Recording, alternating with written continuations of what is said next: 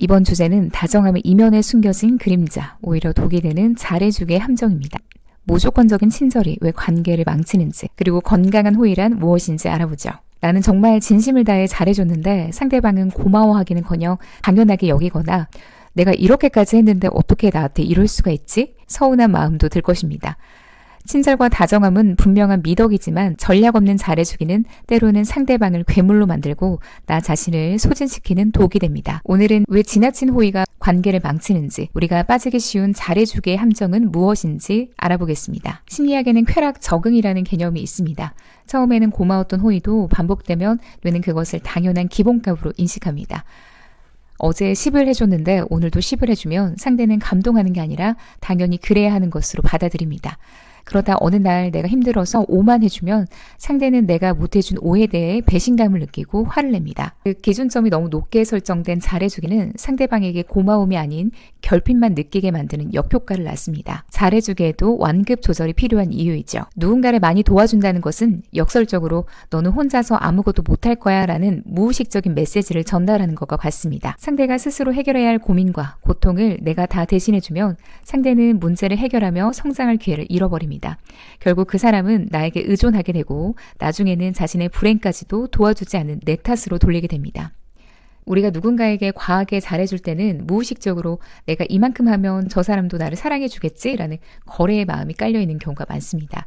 하지만 사랑과 인정은 구걸하거나 거래할 수 있는 게 아니죠.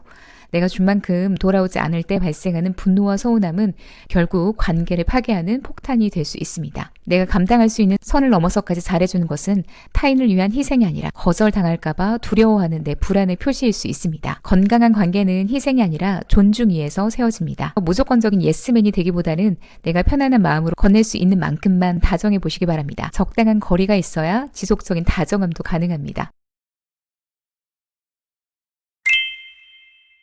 다정하고 착한 남자는 지루하게 느껴지고 나를 애타게 하거나 차갑게 구는 나쁜 남자에게는 자석처럼 끌리는 심리가 있습니다. 이건 단순히 취향의 문제가 아니라 우리 뇌와 심리가 교묘하게 설계된 함정에 빠진 건데요. 대체 왜 우리는 나쁜 남자라는 위험한 도박을 멈추지 못하는 것일까요? 심리학 용어 중에 간헐적 강화라는 말이 있습니다.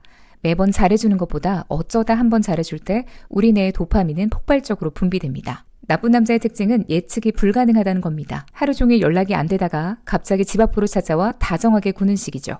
이때 우리 뇌는 그 불확실한 보상에 중독됩니다.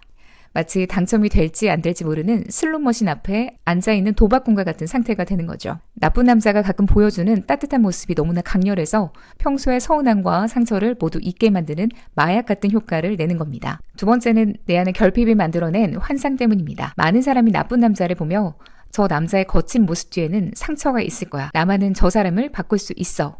이른바 구원자 판타지를 가집니다. 나쁜 남자가 나에게만 마음을 열고 변하는 시나리오를 쓰면서 그 과정에서 자신의 가치를 확인받으려 하는 거죠. 하지만 냉정하게 말하면 이건 사랑이 아니라 통제 욕구에 가깝습니다. 상대를 변화시킴으로써 내가 특별한 존재라는 걸 증명하고 싶은 심리이죠. 어린 시절의 경험과도 관련이 있습니다.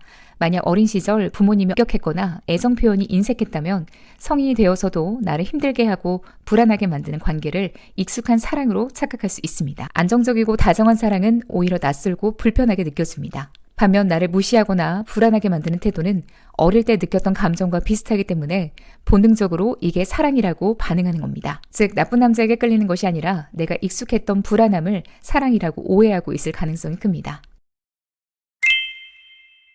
인간관계의 영역에서는 역설적이게도 우리가 무언가를 너무 절박하게 원하는 순간 우리의 매력은 바닥으로 곤두박질 칩니다. 정성을 다하는 상대의 마음이 왜 한 사람의 매력을 파괴하는지 그 심리적 이유에 대해서 알아보겠습니다. 인간은 본능적으로 회귀하고 얻기 힘든 것에 높은 가치를 부여합니다. 그런데 누군가에게 지나치게 절박하게 매달린다는 건 무의식 중에 이런 메시지를 전달하는 것과 같습니다. 나는 지금 선택지가 전혀 없어. 너 말고는 나를 받아줄 사람이 아무도 없어. 이를 결핍의 신호라고 하죠. 상대방은 당신의 간절함을 보며 열정이라 느끼는 게 아니라 이 사람은 왜 이렇게 여유가 없을까? 혹시 남들이 모르는 하자가 있나? 라는 의구심을 갖게 됩니다. 당신이 스스로를 할인 판매하는 순간 상대는 당신을 명품으로 보지 않게 되는 것입니다. 누군가 나에게 너무 절박하게 다가오면 그 마음은 기쁨보다는 부담으로 먼저 다가옵니다. 내가 그 사람의 기대에 부응하지 못했을 때 느끼게 될 죄책감, 그리고 상대의 인생을 내가 통째로 책임져야 할 것 같은 중압감이 생기는 거죠. 사랑과 호감은 자유로운 상태에서 피어납니다. 그런데 절박함은 상대의 선택권을 빼앗고 정서적인 구속을 시도합니다. 결국 상대는 이 숨막히는 압박에서 벗어나기 위해 당신을 밀어내게 됩니다. 당신의 진심이 깊을수록 상대가 느끼는 탈출 욕구도 강해지는 비극이 발생하는 것입니다. 매력적인 사람들의 공통적인 태도는 바로 없어도 그만, 있어도 그만입니다. 너와 함께라면 좋겠지만 아니어도 내 인생은 충분히 즐거워. 이것이 바로 태도가 풍기는 여유의 아우라입니다. 절박한 사람은 여유가 없습니다. 상대의 반응 하나하나에 일희일비하고 연락 한 통에 하루 기분이 롤러코스터를 탑니다. 이러한 불안정한 상태에서는 유머도 지적인 대화도 섹시함도 나올 수 없습니다. 오직 상대를 살피는 눈치와 불안함만 남게 되는 거죠. 사람들은 본능적으로 나를 채워줄 수 있는 에너지가 넘치는 사람에게 끌립니다. 나에게 에너지를 구걸하는 결핍된 사람에게는 끌리지 않는 거죠. 내가 나를 충분히 사랑하고 내 삶이 즐거울 때 절박함은 사라지고 그 자리에 여유라는 강력한 매력이 들어섭니다. 잡으려 하면 멀어지고 멈춰서면 다가온다. 이 말은 진리입니다. 오늘부터 그 사람 혹은 그 일을 향했던 에너지를 오롯이 당신 자신에게 써보시기 바랍니다. 역설적으로 그때 비로소 당신이 원하던 것들이 당신을 찾아올 것입니다.